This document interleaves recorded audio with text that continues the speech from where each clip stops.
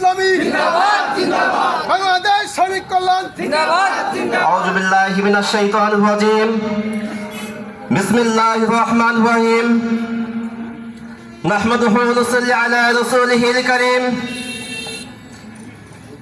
কুল ইন্নাস সালাতি ওয়া নুসুকি ওয়া মাহইয়ায়া ওয়া মামাতি লিল্লাহি রাব্বিল আলামিন। উদয়ের পথে শুনি কারো বাণী, ভয় নেই ওরে ভয় নেই, নিঃশেষে প্রাণ যে করিবে দান, ক্ষয় নেই তার ক্ষয় নেই। বাংলাদেশ শ্রমিক কল্যাণ ফেডারেশন ৩ নং বৈশাখী উদ্যান কর্তৃক আয়োজিত নির্বাচনী সমাবেশের উপস্থিত আমার একান্ত প্রিয় ভাই, আজকের প্রোগ্রামের সম্মানিত সভাপতি ভাই মোহাম্মদ রবিউল ইসলাম, প্রধান অতিথি হিসেবে উপস্থিত থাকবেন রূপসী রূপসার কৃতি সন্তান, রূপসা তেরোখাদাদি গুলিয়ে গণমানুষের প্রিয় নেতা, বাংলাদেশ জামায়াতে ইসলাম মনোনীত সংসদ সদস্য প্রার্থী খুলনা ৪ আসন অধ্যক্ষ মাওলানা কমরুল ইসলাম। মঞ্চে উপস্থিত রয়েছেন বাংলাদেশ শ্রমিক কল্যাণ ফেডারেশন খুলনা জেলা শাখার সংগ্রামী সেক্রেটারি, উপস্থিত রয়েছেন এই রূপসী রূপসার সংগ্রামী সভাপতি ভাই মোহাম্মদ জসিমউদ্দিন সহ বিভিন্ন স্তরের দায়িত্বশীল বৃন্দ ও আমার সামনে উপস্থিত এই জনপদের ইসলামী আন্দোলনের একজাক রাহবার। আসসালামু আলাইকুম রহমতুল্লাহ। সম্মানিত উপস্থিতি, আমরা দেখেছি বিগত সময় বিভিন্ন দল মতের মানুষেরা নির্বাচিত হয়ে সংসদে গিয়েছেন।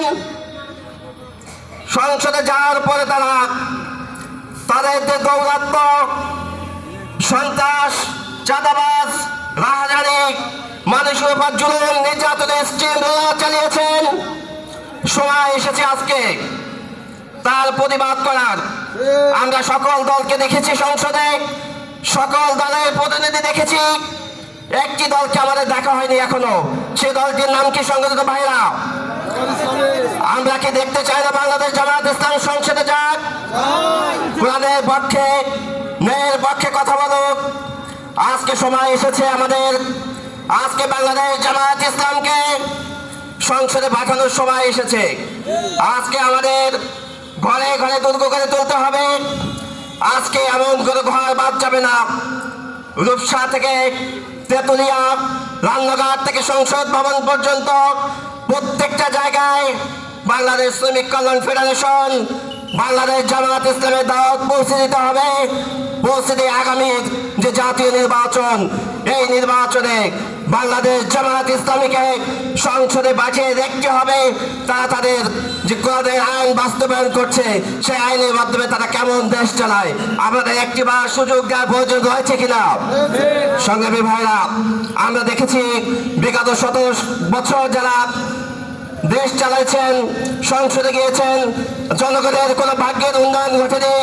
ভাগ্যের উন্নয়ন ঘটেছে শুধুমাত্র তারা তাদের ভাগ্যের উন্নয়ন ঘটিয়েছেন। জনগণের কথা তারা একটিবারও চিন্তা করেননি।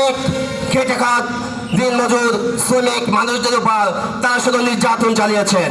আমরা অধিকার হারিয়েছি, আমরা বৈষম্যের শিকার হয়েছি, আমরা আমাদের ন্যায্য অধিকার থেকে বঞ্চিত হয়েছি। আমরা আমাদের কাজ শ্রম দিয়েছি, কিন্তু সঠিক মজুরি আমরা পাইনি।